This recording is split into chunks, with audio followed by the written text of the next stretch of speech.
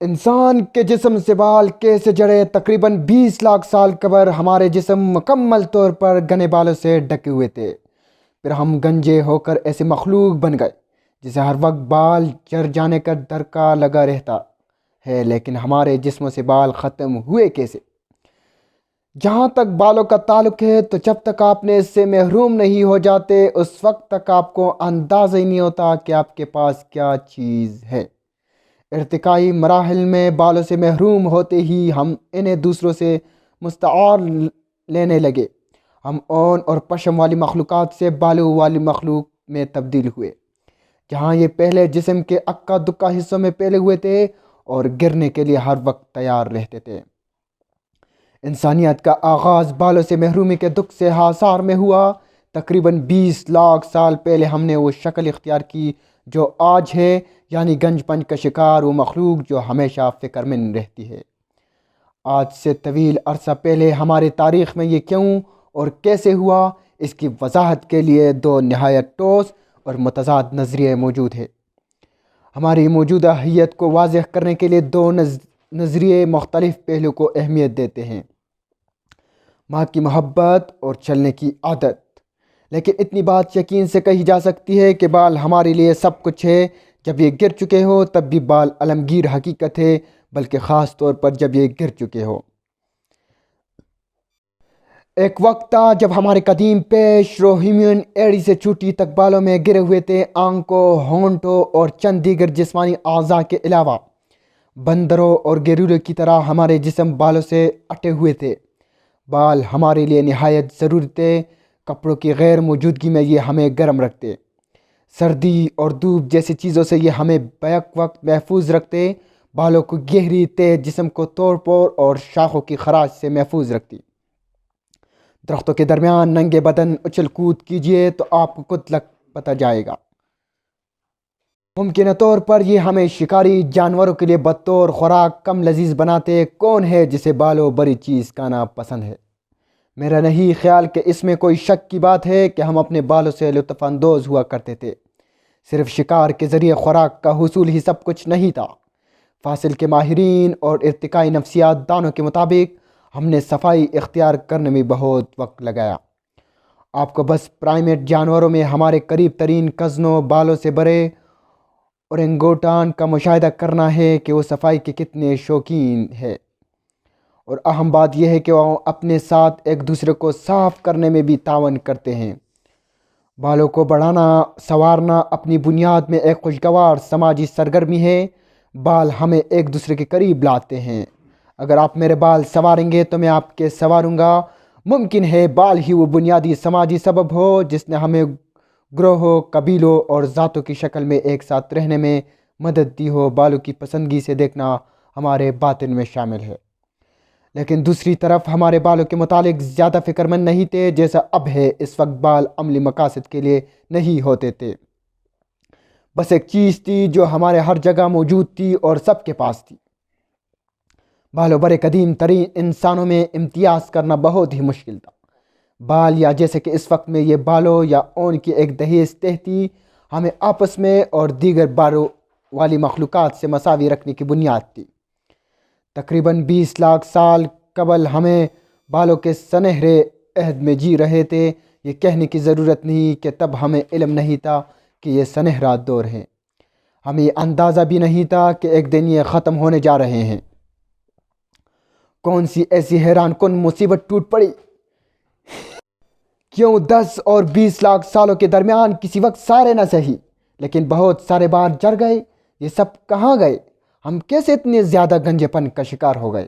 اپنی تباہی میں یہ سب شہاب ثاقب کی طرح تھا جس نے تقریباً 6 کروڑ سال پہلے ڈائناسور مار ڈالے۔ ہزاروں سال کے سفر میں پورے بدن میں بکھرے بالوں کو اتنا خطرناک حد تک سکڑ کر کم ہو جانا تھا۔ اگر جو رہ گئے وہ بھی غنیمت ہے۔ دوستوں کی ایک مختصر تعداد اصل تعداد 2 سے زائد رائے طلب کرنے کے بعد میں اس نتیجے پر پہنچا ہوں کہ بڑے پیمانے پر لوگ اس کا سبب کپڑوں کو سمجھتے ہیں۔ سادہ لفظوں میں ہمیں لمبے بالوں کی ضرورت ہی نہیں رہی جب ہم نے جانوروں کی کھال سے کپڑے تیار کرنا، آگ سے تپش اور غاروں میں پناہ حاصل کرنا شروع کی۔ یقیناً بالوں کی واقعی ضرورت نہ رہی، لیکن حقیقت یہ ہے کہ بال 10 لاکھ سال پہلے گرنا شروع ہوئے، جبکہ لباس تو تقریباً گزشتہ 1 لاکھ سال میں زندگی کا حصہ بنا۔ کپڑے سینے کے لیے سوئی کی آمد تو محض تقریباً 50,000 سال کا قصہ ہے۔ کپڑوں کا خیال ہمارے ذہن میں بال ختم ہونے کے بعد اس وقت آیا جب سردی لگنا شروع ہوئی۔ اس کے لیے ہمیں محض 10 لاکھ سال کا عرصہ لگا۔ اس لیے میرے دوستو، یہ نظریہ تو ٹہرا فضول اور اسے بالکل الٹ پیش کر رہے تھے۔ پھر کس لیے ہم نے اس قدر زیادہ بال گرائے؟ جو لیبراڈور کتا آپ کی کمرے کی قالین پر بھی نہیں گراتا، ہم ویسے ہی بالوں میں بکھرے کیوں نہیں رہے؟ پروفیسر نینا جبلنسکی کا خیال ہے کہ وہ یہ بات جانتی ہے۔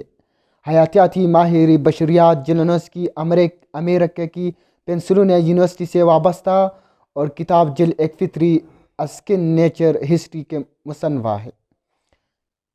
انہوں نے پہلی ڈگری حیاتیات میں لی اور پھر علمی بشریات میں PhD کرتے ہوئے ان دونوں علوم کو باہم عمیقت کرتے ہوئے بائیولوجی اور نفسیات کی روشنی میں قدیم ترین وقتوں سے انسانی زندگی کا مطالعہ کیا۔ ان کا سر گنے سفید بالوں سے بھرا ہوا ہے۔ جبلنسکی کے ذہن میں وسیع تر خاکہ ہے۔ ان کے خیال میں پروٹو ہیومن سے انسان بننے تک کا سست رفتار سفر 70 لاکھ سے 20 لاکھ سال قبل تک پھیلا ہوا ہے۔ ہمارے قدیم ترین آباء و اجداد درختوں سے اترے اور مشرقی افریقہ کے سرسبز علاقے میں 4 کے بجائے 2 ٹانگوں پر چلنے لگے۔ جیسے جبلنسکی عادتاً 2 پیروں پر چلنا کہتی ہے، وہ بہت بنیادی ایجاد ہے۔ ہمارے قدیم آباء و اجداد تقریباً 50 لاکھ سال تک اسی حالت میں رہے اور اس عمل کے دوران ہماری ٹانگیں بہتر ہوتی گئی۔ اس کے بعد 20 لاکھ سال کے قریب چیزیں تیزی سے بدلنے لگی۔ پھر ہیومن گرو ابھرتا ہے اور ہم اپنی موجودہ قابل پہچان شکل اختیار کرتے ہیں۔ آلات بنانے کی صلاحیت بہتر ہوتی ہے۔ جیسا کہ جبلنسکی کہتی ہے، ہم راتوں رات انسان نہیں بنے۔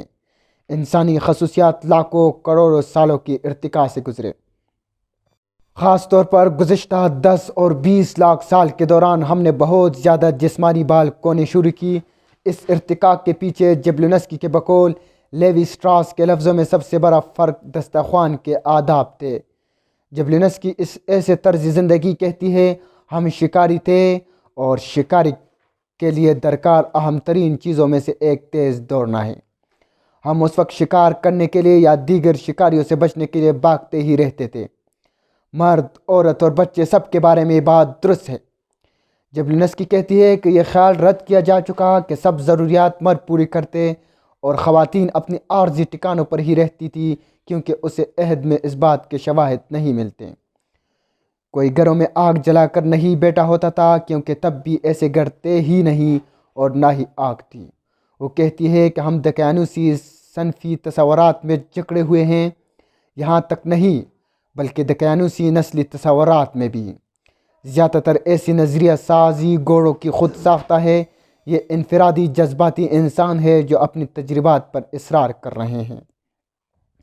وہ خاص طور پر کتاب دی نیکڈ ایپ کے مصنف ماہر علم حیوانات ڈیزمنڈ مورس کا حوالہ دیتے ہوئے کہتی ہے، وہ 20ویں صدی کے ابتدائی اشروں میں پیدا ہونے والے مرد ہیں جو صنفی کرداروں کو مخصوص انداز میں دیکھتے ہیں۔ ان کے نزدیک بنیادی قاعدہ یہ ہے کہ اگر آپ نہیں دوڑتے تو آپ بچ نہیں سکتے۔ غاروں یا درختوں میں کچھ دیر کے قیام کے علاوہ ہم باغ دور پر ہی زندہ رہے۔ اس وقت ہم افریقہ کے خط استوار پر رہ رہے تھے۔ عہد حاضر کے تنازعہ کینیا اور ایتھوپیا کے چٹیل میدانی علاقوں میں جو ہر وقت گرمی سے دہتے رہتے تھے۔ جبلنسکی لیورپول جان مورس یونیورسٹی کے پیٹر ویلر کے کام کے حوالے سے کہتی ہے کہ واقعی ہم اس وقت کس قدر گرمی میں رہ رہے ہوں گے۔ بہت زیادہ بالوں کی موجودگی میں آپ زیادہ نہیں دوڑ سکتے، یا زیادہ صحیح الفاظ میں آپ کے بہت تھوڑی دیر کے لیے دوڑ سکتے ہیں، لیکن یہ عمل جاری نہیں رکھ سکتے۔ آپ کا جسم ابلنے لگتا ہے۔ جبلنسکی ایک اہم نقطے کی طرف اشارہ کرتی ہیں کہ کتے، بلی اور شیر کی طرح ہمارے اندر ناک اور منہ کے ذریعے سانس لینے اور خارج کرنے کی ویسی صلاحیت نہیں۔ قدیم انسانوں میں زیادہ بال والوں کی نسبت کم بالوں والے یہ عمل زیادہ آسانی سے سر انجام دے سکتے تھے، اس لیے بال کم ہونے کا فائدہ تھا۔ صرف یہی نہیں کہ ہم نے بال کم کر لیے بلکہ خود کو ٹھنڈا کرنے کا نظام بھی واضح کیا، جیسے پسینہ کہتے ہیں، زیادہ دوڑنا، زیادہ پسینہ، کم بال۔ مثال کے طور پر اپنا یا اپنی پہلی نسلوں کا موازنہ لمبے بالوں والے ہاتھی سے کیجئے۔ فرض کیجئے آپ دوڑتے ہوئے ہاتھی کو پکڑنا چاہتے ہیں۔ ہاتھی سے کم بال ہونے کی بدولت ہم زیادہ دیر دوڑنے کے قابل ہوں گے، جیسے مسلسل دوڑنا کہتے ہیں، اور ہاتھی کو جا لیں گے۔ باقی جانور بس مختصر وقت کے لیے دوڑ سکتے ہیں کیونکہ انہیں رک کر اپنے آپ کو ٹھنڈا کرنا پڑتا ہے۔ ہم بھاگتے ہیں، پسینہ بہتا ہے اور پھر شکار کو پکڑ کر کھاتے ہیں۔ اس لیے کم بالوں والے جو بہترین دوڑ سکتے تھے ان کی زندگی آگے چلی۔ ارتقاء کا یہ اصول ہے کہ جو آپ کے آگے بڑھنے میں مدد دیتا ہے، فائدہ مند اور ضروری ہے، اور بلا آخر ہماری بن کا حصہ بن جاتا ہے۔ جب یونسکی کہتی ہے کہ پتھروں کے آثار کی قدیمہ نے بہت سے معلومات محفوظ کر رکھی ہیں، کچھ جانداروں نے عمدہ آغاز کیا اور کئی ملین سالوں تک اپنے خاصے چلتے رہے لیکن پھر فنا ہو گئے۔ ان کے اندازے کے مطابق نسبتاً انسانی کارکردگی بہت شاندار رہی، لیکن ہم کسی بھی وقت فنا ہو سکتے ہیں۔ یہ مفروضہ کہ ارتقائی عمل میں پسینہ کتنا مددگار ثابت ہوا اب کافی پہلا ہے۔ مثال کے طور پر BBC کی ویب سائٹ پر اس کا حوالہ موجود ہے۔ یہ یونیورسٹیوں میں بچوں کو پڑھایا جاتا ہے کہ اس کی پوری طرح سمجھ بھی آتی ہے، لیکن کیا یہ درست ہے؟ میرا اپنا خیال ہے کہ یہ غلط نہیں، لیکن اس کی عجیب و غریب مخلوق جسے ہم انسان کہتے ہیں، اس کی وضاحت کے لیے تنہا یہ نظریہ کافی نہیں۔ یہ کہنا زیادہ مناسب ہوگا کہ انسانی بالوں کے ساتھ جو معاملہ پیش آیا اس کے بارے میں اور بھی مختلف نظریات موجود ہیں۔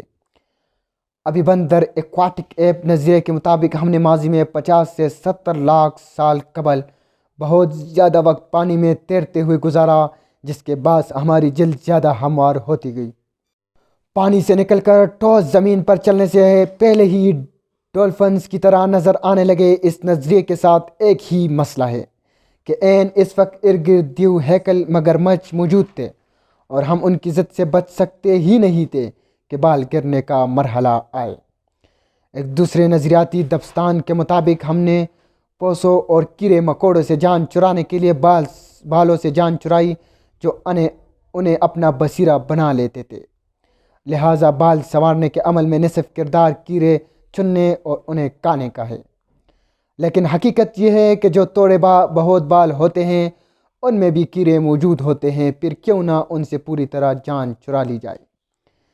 کیا ہم سب Bruce Willis and Patrick Stewart کی طرح لگیں گے؟ اور پھر جلد کو دیگر بہت سارے مسائل بھی تو ہے۔ اگر بالکل ہی بالوں کا صفایا ہو جاتا تو آپ کو دھوپ سے بچنے کے لیے کریم اور موئسچرائزر استعمال کرنا پڑتا۔ پرکھنے کا ایک بالکل مختلف انداز بھی ہے کہ پسینے کی جگہ پیار ہوتا تو معاملات کہاں تک پہنچتے۔ اگر ہم کھلے میدانوں میں طویل مدت تک چلتے نہ رہتے تو کیا ہوتا؟ اگر ہم بوس و کنار کرتے اور پیار سے ایک دوسرے کو چھونے کی زیادہ ضرورت محسوس کرتے تو؟ جیم چائلز جغرافیائی اور ذہنی اعتبار سے ایک خانہ بدوش ہے۔ کینیڈا کے